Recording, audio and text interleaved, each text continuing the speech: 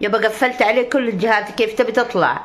قال بيقولون طفل، انا اللي طفله والله، انا اللي يبي لي تطعيم، هذا مو طفل، هذا جدي ضرايبي، تدرين اللي يطلع من شاهق يقفز على رجوله بالصخور، هذا جدي، هذا مو طفل.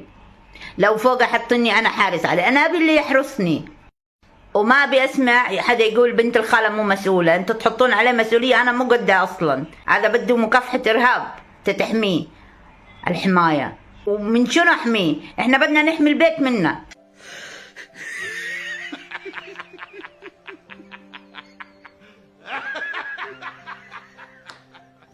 ترى اذا طلع وجاي يمد غرفتي والله بتصل بالشرطه تيجي تحصله على المخفر، وتدري مين يطلعه؟ ايه، خل ام المهبوله اللي تسوي شوبينج وتركتها للولد طيح لي اعصابي ويوترني ويعيشني بخطر بهالبيت، خلها تيجي تضمنه بالمخفر.